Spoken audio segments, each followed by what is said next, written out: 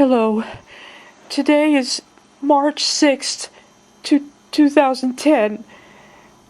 Um, I had my surgery on Wednesday, February 10th.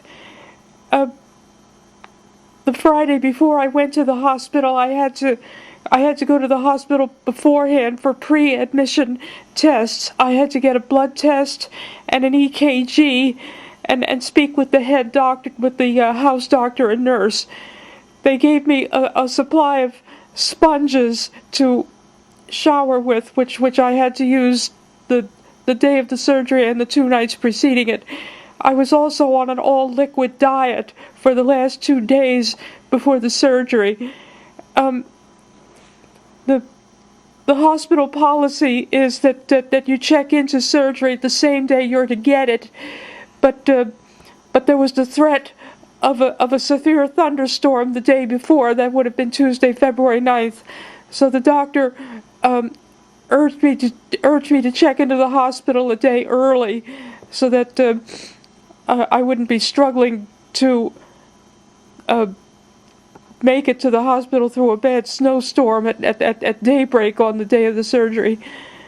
The surgery, like I said, the surgery was Wednesday, February 10th, and it was successful, but it left me in a great deal of pain whenever I had to sit up or get from a reclining position to a sitting or walking position. I was in very bad pain.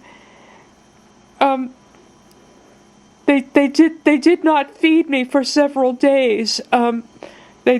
They fed me only intravenously, and it hurt to eat. They put a commode next to my bed so that it wouldn't be such a long walk from my bed to the toilet. My stools are very soft, slimy, and flecky instead of formed and firm. The doctor said that would be the case for at least a couple of months. I was discharged from the hospital on Tuesday, February 16th. I didn't go home right away. I went to my parents for a couple of days, and I returned home on Friday the 19th. I had a book to read on cake decorating to keep me occupied, and 2 visitors brought me stuffed cats, including one of them was a nun who works there at the hospital.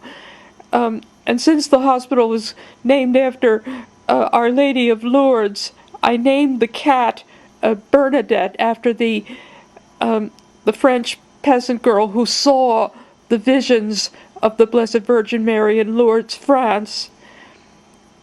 I was still in very bad pain for a couple of weeks after returning home, and well, the pain's becoming more and more dissipated now. But one other problem that I developed as a result of all the medical stress that I've been through since last November is I've lost a lot of hair. You can see how scant it is here on the sides. I went to see my family doctor about it on March the 4th to see if she might have any ideas. She recommended the name and address of a dermatologist. Since hair doesn't grow back that rapidly, I might have to use a hairpiece or a wig when the time comes for the Doodah parade, which is 6 weeks from now. So I'm recovering quite nicely. I was able to walk in the hospital when they tried to give me physical therapy. But I get fits of depression in the mornings. For movie lovers, March 7th is the night of the Oscar Awards. I do not follow the Oscars, but the president of my singles club asked me to make a star-shaped decorated cake that he could use for the Oscar party that he's giving at his house.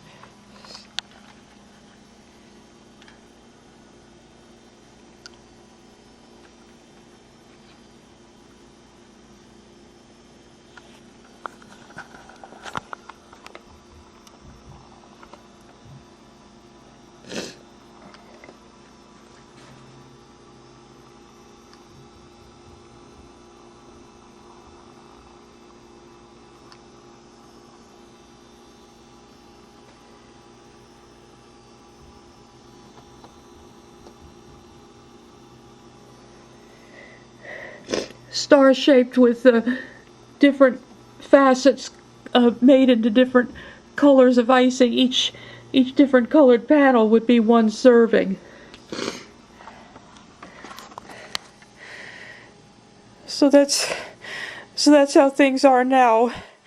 I've made this one decorated cake, and I'm very deeply worried about my hair loss. I won't have to use those bags that I was told I would have to use for the rest of my life because my condition was reversible. So that's my latest report, and I don't know if any of you offered up prayers for me, but they seem to have been answered. Now my main obstacle is getting back into activities that I used to be in,